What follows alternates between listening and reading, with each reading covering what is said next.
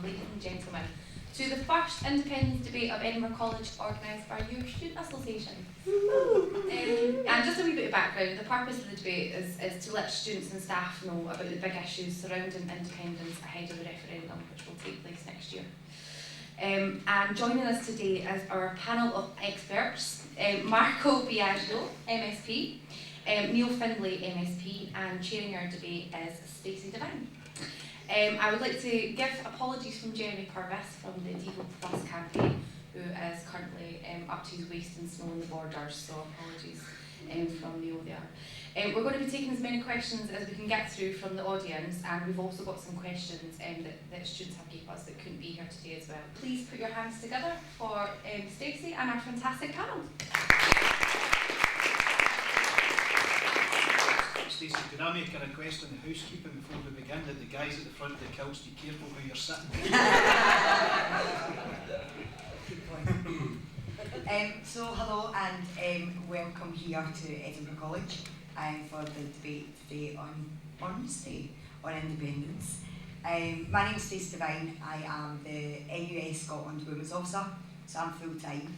So I'm part of the 3 political leaderships for the whole of Scotland representing students. And I will be the chair today because I am the neutral party. I have no thoughts, no feelings, no opinions, no values, nothing at this debate today. For any of you that know me, that could be quite difficult. So we're going to crack on, and what's going to happen is I'll ask the question, we'll then give each of the men a chance to say what they've got to say. And they'll take it in turns to answer, and then we'll flip it round so we're not always going to the same person first, just to mix it up. But I might even tell them what order I'm doing it in, just to make it fun. So the first question has been pre-submitted. How will independence affect the border between Scotland and England for people who currently work across the border? Neil? Well, I think that's a fair question, and it's like a number of the questions in the independence debate. Who knows? Who knows, because we've not had the detail. So how will the border affect our friends, our cousins, our sisters and brothers in England, Wales and Ireland and elsewhere? Will we have the free movement of people? Will we have to get a passport? Will we have to get a Scottish passport? I don't know. I don't know if Marco can answer this. I don't know if Alexander can answer this, because there's so many different areas in this debate where the answer at the moment is question mark. Now, I would have thought that, given that this has been the raison d'etre of the SNP for their whole existence, that coming to this stage, where we're 18 months or so away from a referendum, that these questions would have been answered and that Scottish people would know what the situation would be. I'm afraid they don't. And I think that's just another question that we have to be asking and we have to be getting answers to. So the answer to your question is, I don't know. I hope somebody else can tell us. Well, let me step in and answer it. The Scottish Government position has been very clear since the very first paper entitled The National Conversation on Scottish Independence was published, that Scotland, after independence, would seek to maintain its EU membership under this government. And I don't know if you're aware, but in the EU, there is a free movement of people, there is free right to work here.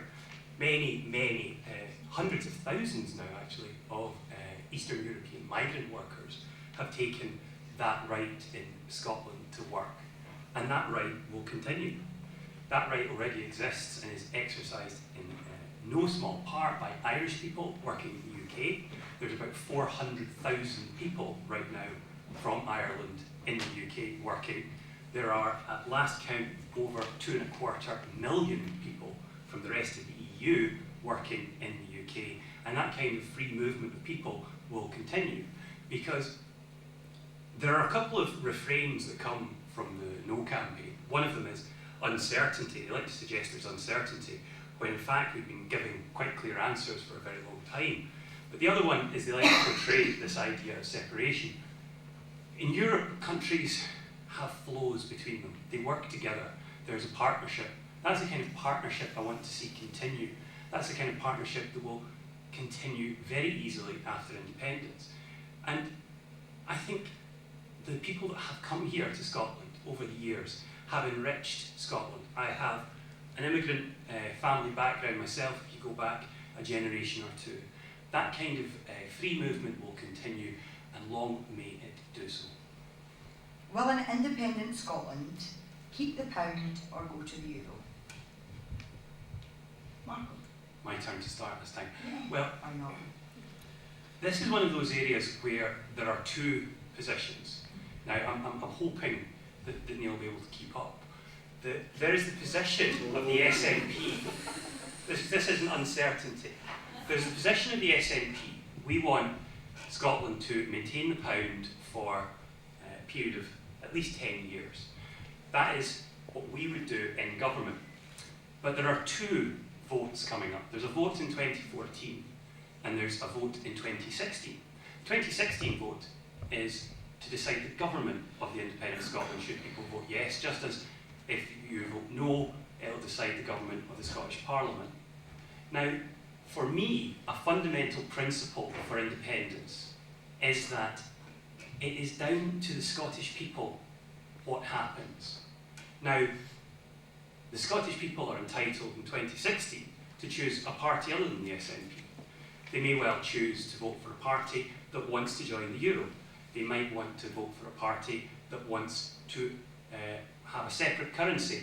They might have a party that contests the elections that wants to join the dollar, but I suspect that will only ever be the Monster Raving Loony Party.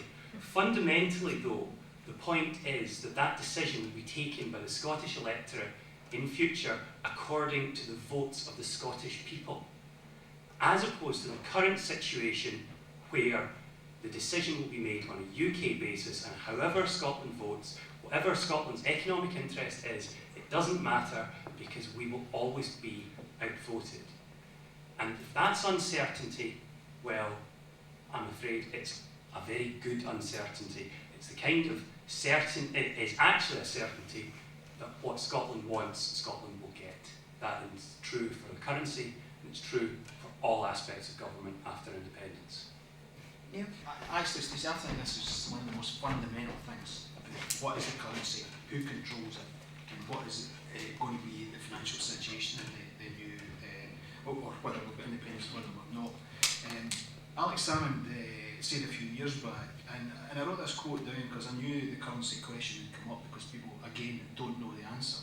He said the pound is a millstone round our neck. What we want is an independent Scotland in the euro. We cannot be held back by sterling. And now what the policy of the SNP is, we're going to have sterling as the currency. Now, I've actually heard so many versions of what the currency in Scotland is going to be from different members of the SNP that it's very difficult to keep track of what's going on. They previously were gung-ho for the euro. Marco says that we might only have, now this is a new one on me, we're only going to have the pound for 10 years and then we'll change to the euro. The euro, what a good idea that is. The euro, the currency that brought the country that gave the world democracy, Greece, to its knees. Brought us to its knees. And we're now going to join up to that. It's absolutely madness. Nobody, surely having seen the situation in Europe, that where Spain, Portugal, Greece, Ireland have been in crisis, all Eurozone countries would now say, let's join the euro. I mean, does anybody here think joining the euro at this stage is a good idea? I don't think there is. In terms of I've heard, so we've had the sterling, we've had the euro. Mike Russell, the education secretary, I know people in colleges love Mike Russell, he's doing such a great job for colleges. He promoted in a book a few years back that we join, or we have our own currency called, now I don't know if the pronunciation's right, the ducat or the ducat. This is a new thing that apparently was a currency centuries ago in Scotland. And Marco's colleague, Christina McKelvey, suggested we would join the yen. Now, talk about the Monster Raving Loony Party. I mean, you couldn't make it up. The key question is that an independent Scotland, if it came to fruition, would have a currency that was controlled in London by the Bank of England, and that, so you would effectively be handing control of your currency over to what would in effect be a foreign country. Now, I think this is back in the fact packet stuff that's been made up, because nobody can seriously believe that that's the way that it should be going in the future. Had they stuck to one or the other policy, then I think they could have got away with it. It's all over the place. It is absolutely all over the place, and I think this is a very serious issue, and I think it's one of the reasons why people are starting to say, absolutely no chance, I'm not having any truck with this. Can I come back on that? Yeah. Yeah. It's interesting, actually, isn't it? Do you remember the 1997 election, Tony Blair, all that sense of hope, people cheering, thinking that everything was going to be different? That manifesto that he ran on said that there would be a referendum on Euro membership, and he was a supporter. The Labour Party at that point wanted to take Scotland and the whole UK into the Euro. There are lots of examples of places where parties change their mind based on circumstances. Labour did it on the Euro, and we have adapted. I think the important question is, what happens? Who decides? Who decides what currency we have?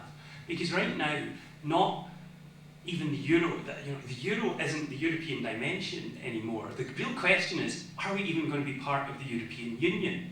Because we have a UK government that is hell-bent on taking us out. And that is the risk, that is the uncertainty, and that uncertainty only happens with a no vote. Because Scotland last year exported £11 billion of business, sold £11 billion of products to Europe, 64,000 jobs created, all of that in the European Union, and that is the uncertainty that I see, and it's only with a no vote. I'll take a question from the audience. Lucia. James Moon, Edinburgh College Student Association. We're talking about currency, and there's two different viewpoints as to the priorities of the country. I think it's about priorities for the country. The same West government that you're justifying brought Britain to its knees with the decisions that it made economically, whether it was the yen, the pound or the euro. What I would say in Scotland is, for both panel members, is what will be done to secure Scotland's future economically irrespective of the currency, and what priorities will be different in an independent Scotland or in a Scotland that's part of the Union that will stop people from paying for decisions that politicians make. Something that we've not got to yet, but we don't want any constitutional change just for the sake of it. That's just doesn't make sense. For me, the whole principle is you have to make your argument for a purpose. Now, I was billed here as being part of the Better Together campaign. I'm actually here in my capacity. I am here as a part of a group of people across the labour and trade union movement who are arguing, and we're called the Red Paper Collective. And we're writing a paper, we're promoting an argument to try and move the Labour Party and the Labour movement to a place where we have a credible and radical position opposed to independence. And what you've mentioned is where we want to go, and that is, why do we want constitutional change? It has to be for a purpose, and that purpose is to change Scotland for the better. Because I will not be part of a campaign that just says no. So what happens? We vote no and we're back to what we've got now. I don't want that. I want us to vote no because I think there are reasons why we're better as part of the United Kingdom. But I want no, then something else. And the then something else is key for me. I want a Scotland that has control over personal taxation, so we can vary the bands of taxation so the people at the top of the tree pay more in order to finance public services that are currently being decimated. I want Scotland that's fairer and more equal, so we can have a taxation system that spreads the wealth of the country, and so it's not just in the hands of a few people at the very top. I want a taxation system across the UK that ensures that the shysters like Amazon and Starbucks and all the rest of the crew who've conned us for years pay their fair share. So any constitutional change has to be for a purpose, not just for some romantic idea that just because we're independent makes it better. I don't buy that argument at all. I want independence for all those reasons. In fact, we have a Scottish Parliament. I want to keep the Scottish Parliament because the Scottish Parliament has been independent over the health service and protected that. And the education system, I know colleges are having a hard time. They're having a hard time north and south of the border. But compared the two, you'd want to be in a Scottish college. But I also want us to have control of our tax system. I want a fairer tax system. I want a fairer social security system that provides for our pensioners and doesn't victimise the disabled. Neil Findlay and I agree 100% on that, and I suspect that if I was offered the constitutional change that Neil Findlay supports, I wouldn't say no, but I would say yes and a little bit more, because I also want Scotland not to participate in illegal wars for American international corporate interests. I want a Scotland that doesn't pay obscene amounts for the renewal of a weapon system, a weapon of mass destruction based in Scotland, when we are having to cut college funding, when we are seeing pensions frozen, when we are seeing the disabled being hammered. And that kind of decision can only come if we are responsible ultimately for all the decision making affecting Scotland. Not just health, education, transport, justice that we have right now, not just tax that we might get at some unspecified time in the future if we vote no, but all of those areas. Because if we can govern ourselves in some of those areas and have governed well, how many people would want to get rid of the Scottish Parliament having seen the differences that it's managed to achieve in those areas? Well, why not do it with all the other areas too? That is a vision, and I think the kind of Scotland that we would create with independence, although it would be down to who you would vote for, I think the people you would vote for would articulate visions that were a lot closer to what I want, what Neil Findlay wants, and very, very far from what David Cameron wants. Can I come back on that point, or do you want to move on? You've got 10 seconds. One of the issues, key point on how we make Scotland fairer. This SNP government want a 10% rate of corporation tax in Scotland, right? That means, I think it's at the moment's rates, a 12% cut for the biggest corporations who make squillions of pounds, and yet the policy is that we're going to cut it to 10%. How does that make Scotland a fairer place? I do have to come back on that because it's factually inaccurate. So, what will become of the NHS in Scotland? Marco? Well, as I said just then, the NHS is already under the control of the Scottish Parliament, and I'm really glad.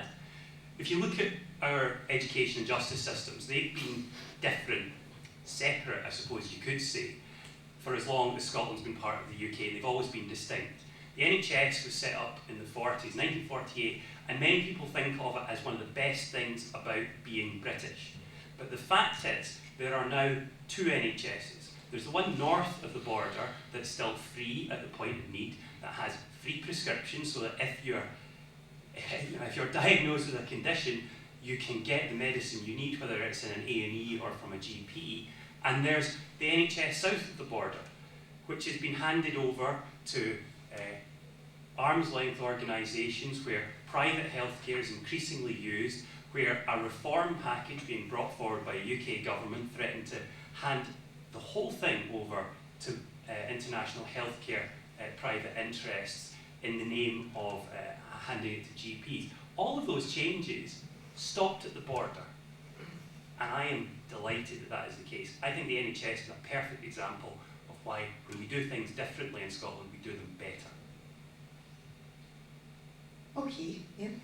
I think the clue's in the title, the National Health Service. It is a national health service, so creating further boundaries and borders between the service, I think, doesn't help. We shouldn't forget that the National Health Service was created by a Labour government planning for the future after the devastation of war, and the fact that you can plan systems like that after war has devastated the country's in so much debt, shows what we can do if we've got the political will to create public services that we can be proud of. It was also created by a Welshman, so it is truly something that has been created by the nations, the United Kingdom. We shouldn't be too romantic about the National Health Service in Scotland. My wife works in the National Health Service. She's not a doctor, she's not a nurse, she's not a consultant. She's a clinical support assistant who works on a daily basis doing the toughest jobs in wards around here. Cleaning up after people, showering elderly people, and all the kind of stuff that kind of gets taken for granted in the National Health Service. And I hear from her and her colleagues on a day-to-day basis the pressure that the NHS is under.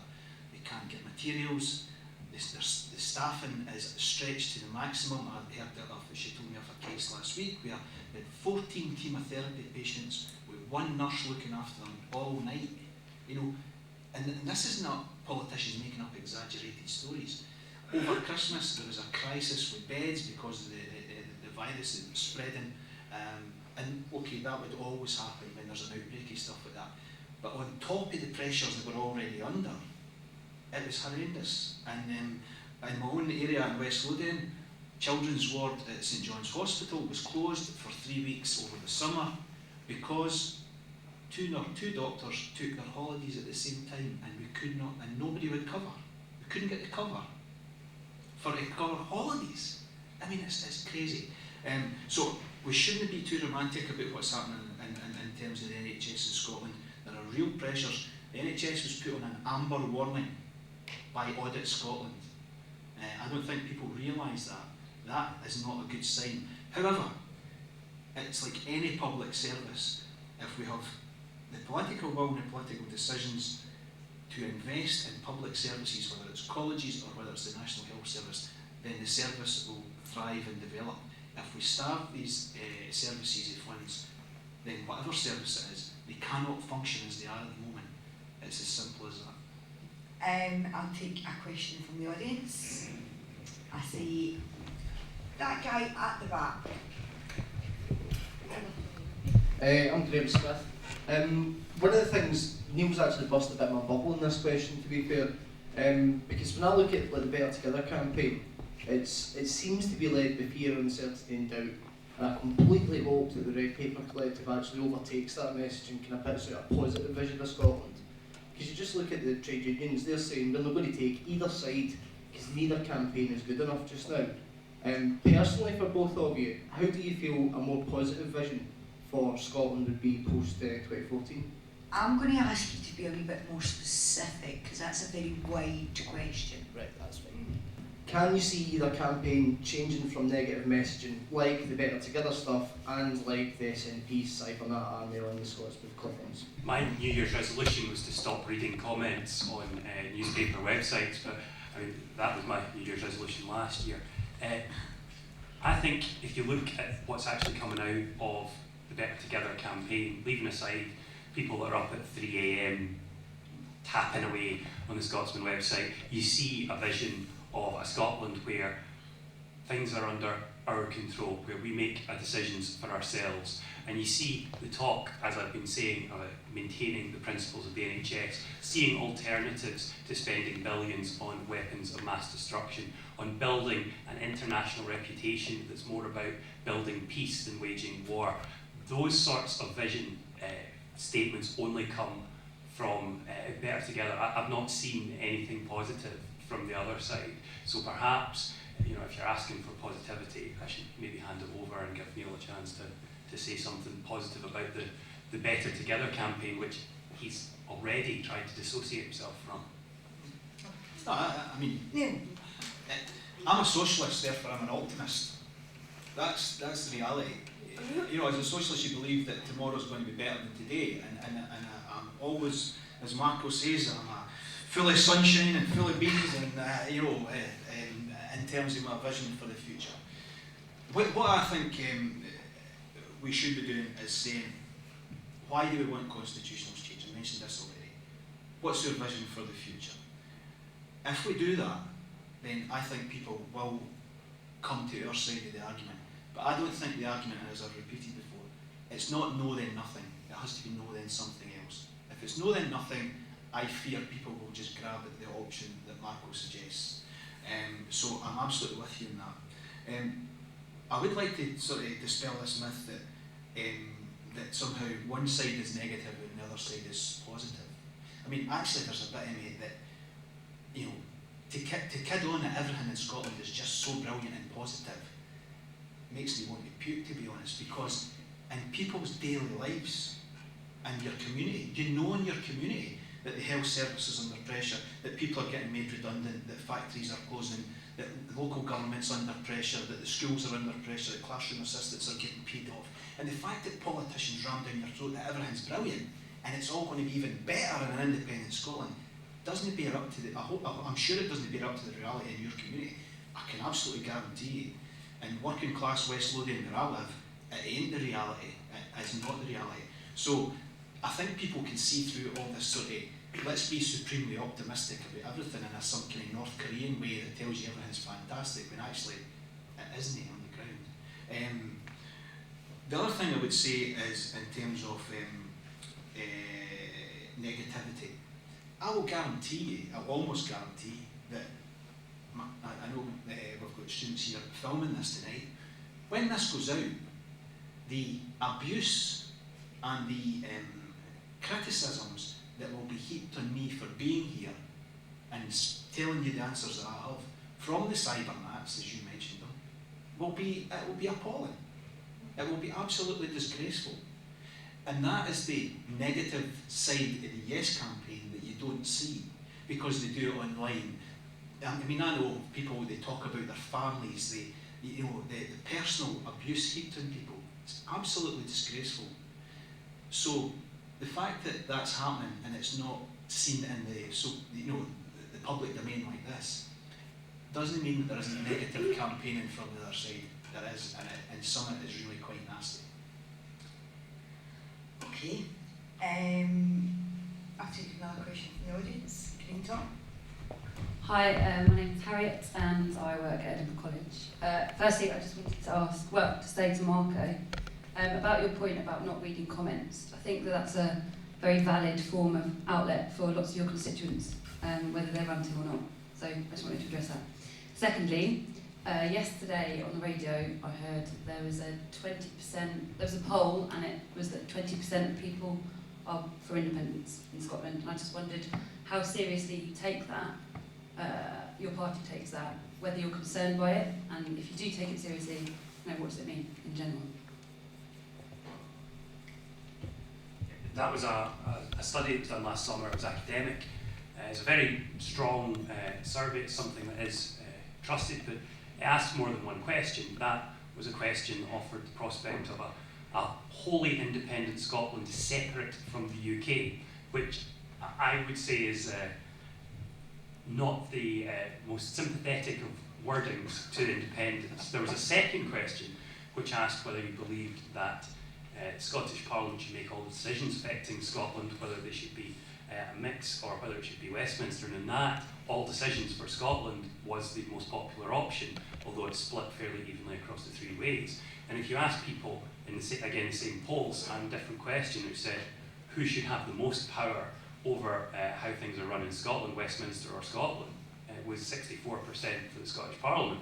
So you can look at all kinds of questions in that, and I think people. So just about in there, so what you're saying is it's actually the question that matters and not policies and delivery and record and what people in Scotland think. It's just stats and questions. Well, I was being asked about stats and questions. I was just saying that the question that was being promoted so heavily wasn't the only one that was there. I mean, I won't support independence if it goes down to 10% or if it went up to 80%. I would do that because I believe independence is the route to a better Scotland, and that's the argument I'll be continuing to make, and I would hope to see well over 50% backing it in October, September, November, whenever 2014. I mean, somebody said yesterday that independence now is even less popular in Scotland than Margaret Thatcher was, because she polled higher than 23% in her last effort. So I think it's probably struggling quite a bit. I actually put somewhere yesterday saying, question of the day, what is more unpopular, independence among Scots or Mike Russell amongst college students? And so I'm not really sure who would get the higher poll, but I think I can guess there. At 23%, it's fallen like a stone. I think that's the reality. And the more questions are asked and when the answers don't come, I think that makes people very, very wary. Personally, I am not somebody whose gut reaction is no independence, the world will cave in tomorrow if we went independence. Of course not. I mean, the world will still spin round and still go on. But people are now realising that the nirvana that's being promoted is not the reality, and that there is a huge doubt and huge worries about the lack of answers that are coming forward for the Yes campaign. So I think it's just a realisation by people of what's going on. What will happen to the BBC if Scotland becomes independent? Neil? The BBC. Actually, it's easy to criticise the BBC at times for various things. Sometimes for the crap programmes they put on, but I think the BBC is a very well respected institution. I think people kind of trust it. There's been a whole lot of issues about programmes and some of the evidence that they've brought forward. What was the last one that was a big hoo-ha around? I'm trying to remember what it was.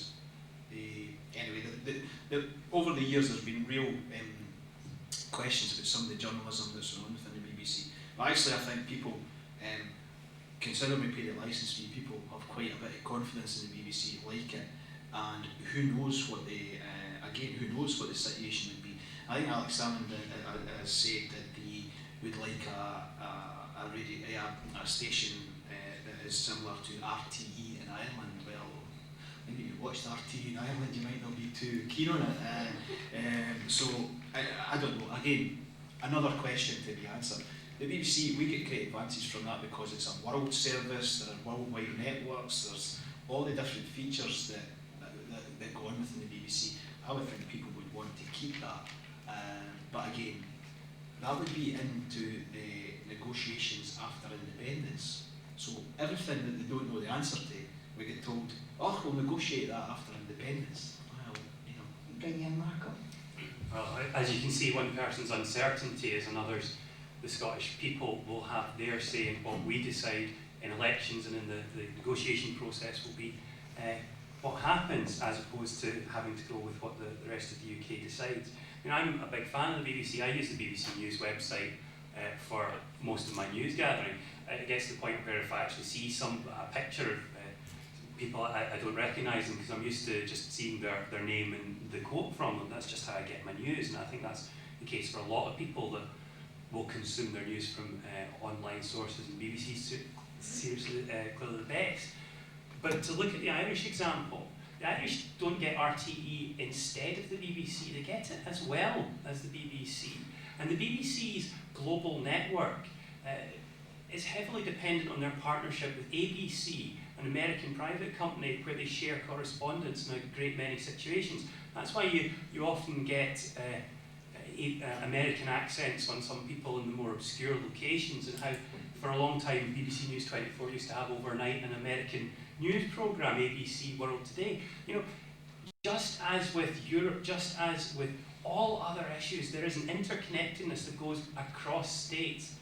But I want to have in Scotland a media outlet that will actually report on what's happening in Scotland in sufficient volume so that people know. So instead of every August, always hearing about A-level results and the UK white news, that we get the news that matters, the international, the world news, but we also have enough of what's actually going on here. So at some point in this debate so far, both of you have spoke about exams or education. So here's a question for you. Will an independent Scotland ensure free education to all students, and how will this be funded? Marco? I can say for absolutely certain that an SNP government will. I don't know what will happen if you vote yes in 2014 and elect a Labour government in 2016, just as I don't know what will happen if you elect a Labour government to the Scottish Parliament in 2016. But the Scottish Parliament in tuition fees has shown that we can do things differently when we have the authority here. When we can make those different choices, we do, and we make them more in tune with the values of the electorate. There is more than enough money coming from Scotland to afford the current services. If you look at the annual exercise that's done through a method that's verified by the Office of National Statistics, is perfectly valid, then Scotland is better off than the UK by about £500 per household, and that just means that we make enough money. You know, that if you were spending at the current rate, you'd have to either tax £500 less or borrow £500 less. Yeah, but what does that mean for education, was the question. What that means for education is, yes, of course, we can continue to fund the current priorities. We could fund them more if that's what we chose to do under independence, because economically we'd be better off. We don't have free education in Scotland because part-time students pay, adult learners pay. There's a whole host of people who have to pay. At the moment, the debate, and I actually believe in free education. Let me tell you, I believe in free education. And I believe in free public services that are paid for through progressive taxation. Public services are the gel that glues society together. Education, the NHS, and all the rest of it. Now, we have a choice though, because at the moment, for example, the Scottish Government shackling local government. Local government's not allowed to raise any money for itself because the council tax freeze. So therefore, in order to pay for that, the Scottish Government has to take money from somewhere else. Now, if you look at the situation in colleges at the moment, they'll tell you tuition fees are free. So university students don't pay. But the result of that, you know what the result of that is, that colleges are being squeezed. There's 34 million being taken out of the budget this year. There's 70,000 college places being lost across Scotland for part-time learners. There's 30,000 fewer female students. And disgracefully, there's a 34% cut in places for adults with learning difficulties. These are the consequences of saying that university education is free. Now, I don't think we should have to make that choice. Of course, politics is all about choices, but what we've not got is a situation where we can say, in order to provide public services that are free and well funded, then we have a progressive taxation system that takes for the people at the top and redistributes the money to pay for public services. That's what I believe in, and I've always believed it's what brought me into politics. So I think in order to do that, we have to have some taxation powers that allow us to do that. How will immigration policy change if we became independent? Again, I can give the SNP position, which is that we think that the approach that's been taken by the UK government in recent years in particular to try and put up a sign saying immigrants not welcome is wrong-headed, and we would take a different view. I think that, you know, I've touched on this before. There are people that come to Scotland from all across Europe, all across the world, and they enrich our society. I live in a part of Edinburgh where I think half my neighbours are Polish, and that's just a great sign about modern Scotland and what we can be. Now, the UK government is trying to reduce immigration. It's clamping down on student visas as a quick fix of doing it. I don't think that would happen in Scotland under any government. Ultimately, it will be down to the people of Scotland and what governments they elect as to what the immigration policy will be. But looking at, you know, any of the decisions on immigration in the last 30 years, indeed any of the decisions on anything the last 30 years, do you think that if they'd been taken at a Scottish level, they wouldn't have been closer to our values, our desires, and what we support in public policy, rather than what's constantly being imposed upon us by UK governments that simply aren't representative of an immigration policy or any other of the kind of policies we want to pursue? Let's be clear. Problems arise that people connect to immigration because of poverty and because of unemployment and because of a lack of housing. So the fact that immigrants have been coming to this country, my family history is Lithuanian origin, have been coming for generations. Things don't change. The antagonism that immigrants had then, and I'm sure that's the same from Marco's ancestry, then was that this was Lithuanian guys being brought into the country, taken on by the coal owners to go down the pit at a couple of shillings cheaper than they could get domestic Scottish workers. That was the issue then, and that's the issue now. And that's why people then say, we have to get rid of this person or that person or the next person, because they see them as taking their jobs. The fact is that the owners of business are bringing them in at a cheaper rate and exploiting them is completely lost in the argument. And that's the whole crux of it. Actually, I didn't disagree with very much with what Marco said. I think the two of us probably have the same, very similar views on immigration policy, and lastly that immigration is a positive thing. And probably if I asked people in this room how many of you have got, quite near ancestry that is not Scottish, I'm sure probably most of you have, or relatives, whether it's English, Irish, or wherever. So I think there's probably not very much between us in terms of what the immigration situation would be. One other thing I would say, in England, in Barking and Dagenham, before the last council, or two elections ago, BNP elected 12 councillors in that borough in London. Absolutely staggering that could happen. They targeted that seat at the following general election, and they targeted it again at the following council election because they thought they could control the council down there. Now that would be that'd be eye-watering if that ever happened. It was because of the actions of the Labour and trade union movement, who went in and said, we are not tolerating this, that they flooded that area in a campaign that lasted a year, and when the election came, 12 out of 12 candidates were defeated. That's the kind of common purpose we have to fight against racism with. But in terms of immigration, I don't think there's much between us. I'm going to take a question from the audience. Hi, I'm Kelly. My question is aimed at the campaign rather than the question. So I attended an independence debate about 6 months ago, and the debate was represented by Yes, Better Together and Evo Plus. And at the time we asked, why is it 3 white men representing the campaigns? And the answer to the question was that a bit down the line that will change. It's not changed. Can I give you a very practical answer from our side tonight? Is that a whole batch of my colleagues are at the Edinburgh Labour Party Burn supper this evening, so it's not. And actually, my other two colleagues are women who would have been here, so it's nothing more than organisational for us tonight. I can assure you. Gail Lithgow was, it's ill, but I think if you look at the at the Yes Scotland campaign, you see Nicola Sturgeon just today making a speech in Dublin about our vision for Scotland and Europe. I don't think there's any doubt that there are very strong female presence in the campaign.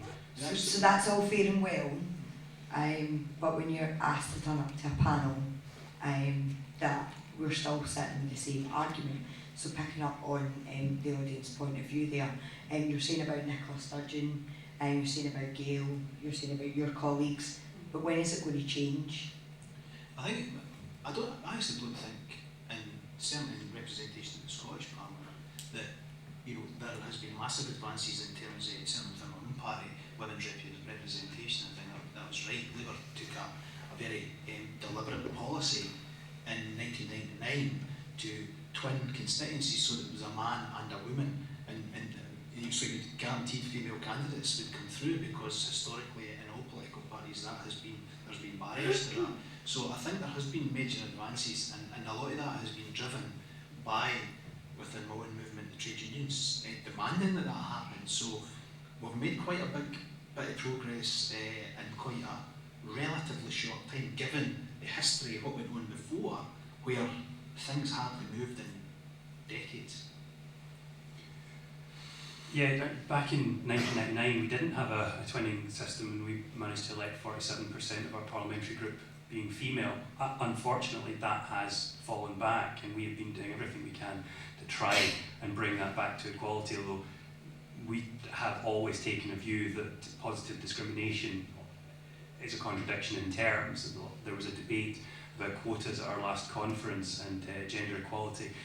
In that respect, through that vehicle, all the people that got up and spoke were women, and it was a 50-50 debate, and ultimately it went against the idea of a quota system. That's a debate we've always had in the party, and in that debate we've always, those of us of my gender have always accepted our privilege and stepped back from that. There are other dimensions to diversity. If you look at the first Muslim MSP in the Scottish Parliament who was elected by the SNP because we've been very strong at encouraging Scots Asians for independence. Now we have the first Muslim minister. You know, I'm very glad that the Scottish Parliament has achieved the diversity it has, even if it's not gone all the way to Swedish or Danish full parity. And I certainly think it's far more diverse and far more representative of the people than Westminster Parliament is. So obviously on both sides there's some good arguments, but with politicians there are a lot of words, and I wanted to talk about the words in relation to actions. So this question is going to have context for Labour and for SNP being constituency members. So obviously when you're talking about selling the better together and we're using words that say working class and unions, yet the Labour Party do not recognise that there's a working class. They say that we're all middle class. Which is a contradiction in terms of talking about fair and equal access. The current education system's a bit like a turkey, with universities being the turkey that's being richened while we're the stuffing. Where's the fair and equal access? And in terms of trying to make people trust in your words and in your actions, what do you think you can do to persuade people that you are actually doing things in the best interest of the Scottish people? Yeah, could I take the issue of class settling? I actually think you've hit something very important, because people would, Marco's argument is that the thing, or the division, or the thing that unites us in Scotland is our nation, the nationhood, the nation's the thing that unifies us. I think that, I don't agree with that. I was a bricklayer at trade. I am absolutely proud of my working class community, and I'm proud of my family and my class history, and that will never change. That's what I am, that's what made me, and that's what I'll always be, and I'm quite happy to say that on any platform whatsoever. The big division in society is class. It's about the people who have and the people who haven't. Now, you can badge that up in whatever argument you want, but it's a class-based argument, because we know who's the biggest class war that's going on now. I've heard that the Scottish Parliament, Mike Russell calls me a class warrior, as though that's an insult. I'm proud of being called a class warrior. The biggest class warrior in Britain now is David Cameron, because he's rewarding his class with tax cuts and all the benefits that come, and yet who are being identified as the scroungers and the skivers? It's poor people, it's people who I know, it's people who I work with, it's people I'm related to and live beside. Sorry. Can I respond to the Labour? Say that first. Yeah, of course, there is always a class war. It always seems to be the lower or working class. Wherever the class is, the poorest people in those class systems, it seems to suffer. Now, my point was obviously because Labour is built on a proud tradition of being a working class party. It's a Labour Party who are telling us we're better together. It's not, in all due respects, a constituency. It's a Labour Party. It's politicians, not bricklayers, that lead us forward. So my concern is in terms of trusting and believing in parties when they're telling us there is no working class, when 60% of Britain believe they are working class. How can we ensure that your priorities are going to be on the people who believe in working class Britain? Can I say that I think, to take that head on, the argument that I'm, and the group that I'm involved in the Constitution, is taking that argument forward, right? And that's where we are looking to move the Labour Party and the Labour movement's position on the Constitution. Labour has a devolution commission set up to look at what its final position is as a party. No, it's Better Together. I can agree with the Better Together campaign that we are better within the United Kingdom. That's a kind of general agreement. The fact that there's people in the Better Together campaign who are members of a political party I despise, the Conservative Party, is neither here nor there. We agree on one thing, that we're better within the United Kingdom. After that, the gloves are off, because you're back to party politics again. So therefore, I believe that Labour has to get to a position where we have a radical alternative to independence that is based on making things better for the people that you and I are talking about. So if Labour's ideology is wrong, that they believe in a Britain that doesn't reflect the society, how can we expect them to get it right in their belief on independent or better together? How do you move any party? How do you move any movement or organisation? You debate and argue your case as strongly as you possibly can. The group that I'm involved with is doing that, and we hope to position Labour in the position as near as possible to the position that you're advocating. I think you and I would go on great. Why do you not join us? Because I'm working proposal and a class in the half. party and believe in working class. Can I come in on this? Yep. Yeah. I don't think there's that much difference really on this, actually, surprisingly, between Neil and myself. I think there's actually more difference between Neil and his party leadership on this than there is between the two of us, because we both want that fairer Scotland, and we don't really recognise David Cameron as being anyway in keeping with the kind of society we want to build. But there's a difference between us, that I want to take away the UK Prime Minister's right to govern Scotland in those respects. I want us to be able to build that society. And the last time, you know, the Labour Party at a UK level had a manifesto that pretty much reflects the kind of things that I think Neil Findlay believes in. The UK press derided it as the longest suicide note in history. The party split and almost came third in the UK general election. That was in 1983. Meanwhile, in Scotland, that longest suicide note in history got more votes than any other party, my own included. I think there is a distinct political will in Scotland to build a better society, and that is something that is being held back by the current state, where the occupant number 10 governs so much of the government of Scotland. Well, I'm going to, no, because we have to draw it to a close, but I'm going to finish on this question. If Scotland gets independence in 2014, what will happen to the Westminster elections in 2015? I look forward to a general election, it's always fun. Neil? Well, if we get independence 2014, then there'll have to be, who knows how long, negotiations to then finally become independent. So I assume you would have a further Westminster election. I mean, we're in the unknown terms here, but I would expect that to happen until the period comes when the divorce happens. So I would expect the elections still to take place. However, the sort of bigger point there is, and this is where it comes back to this, the currency and all the rest of the stuff we were at the start. Through your Westminster representatives, because if you think at the moment where power lies, people say power lies at Westminster. I disagree. Power lies in the City of London. That's where big power lies, where the financial corporations are.